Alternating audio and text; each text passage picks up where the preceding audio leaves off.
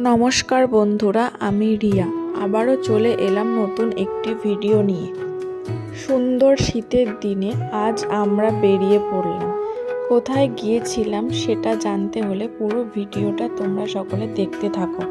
তার আগে বলে রাখি, আগের দিনে তোমরা সবাই আমার ভিডিওতে অনেক অনেক ভালোবাসা দিয়েছো, সেই জন্য অনেক ধন্যবাদ সকল বন্ধুদেরকে। সকাল সকাল খুব ঝলমলে রোদ উঠেছে আর আকাশটা বেশ পরিষ্কারই ছিল, কোনো কুয়াশা ছিল না। এর মধ্যে আমরা আজ বেরিয়ে পড়লাম। রাস্তার নির্জনতার মধ্যে দিয়ে আমরা বেরিয়ে পড়লাম আমাদের গন্তব্যের দিকে। হাইওয়েতে উঠে পড়লাম। কিছুটা গিয়ে আমরা একটি চায়ের দোকানে নেমে চা খেয়ে আবারও বেরিয়ে পড়লাম আমাদের গন্তব্যের দিকে।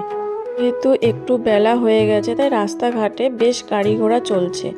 তোমরা যারা যারা দেখোনি দুর্গাপুর ব্যারেজ, তাদের জন্য ব্যারেজটা তুলে ধরার চেষ্টা করলাম। ব্যারেজ পার করে আমরা চললাম বাঁকুড়ার দিকে। এবারে নিশ্চয়ই অনেকে বুঝতে পেরেছো কোথায় আমরা যাচ্ছি।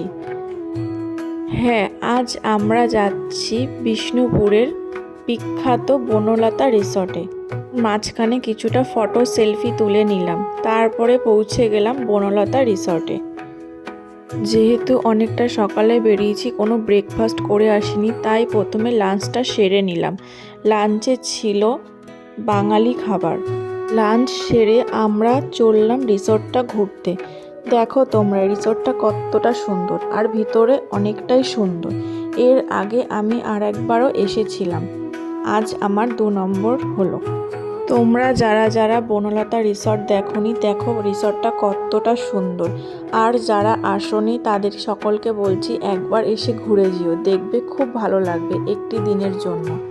আমরা এখানে কিছু ফটো তুলে ভিতরের দিকে গেলাম। যেহেতু শীতকাল তাই স্থানীয় লোকেরা পিঠে পুলি করতে ব্যস্ত, আর আমরা যেহেতু লাঞ্চ করে এসেছি তাই আমরা কিছু খাইনি। দেখো সবাই ভিতরটা কতটা সুন্দর। এগুলো হচ্ছে উট পাখি, পুরো প্রাকৃতিক সৌন্দর্যে ভরা। এইখানে আমরা এলাম কিছু মাটির জিনিস দেখতে, আর কিছু কেনাকাটা করে নিলাম। তারপরে চললাম আমাদের বাড়ির দিকে। যেহেতু সন্ধে হয়ে এসছে, হাতে বেশি টাইম নেই, একটা দিনের জন্য এসছি। রাস্তা যেহেতু সন্ধ্যের দিকে বেরিয়েছি তাই খুব জ্যাম ছিল, যেতে খুব অসুবিধা হচ্ছিল। তাও কিছু করার নেই, বাড়ি তো ফিরতেই হবে। ঢুকে পড়লাম দুর্গাপুরের দিকে। আবারও দেখো সেই দুর্গাপুর ব্যারেজ রাতের ভিউটা। এই ছিল আজকের ভিডিও। তোমরা যারা যারা আমার চ্যানেলটিকে সাবস্ক্রাইব করোনি তাই দয়া করে একটু সাবস্ক্রাইব করে দিও প্লিজ।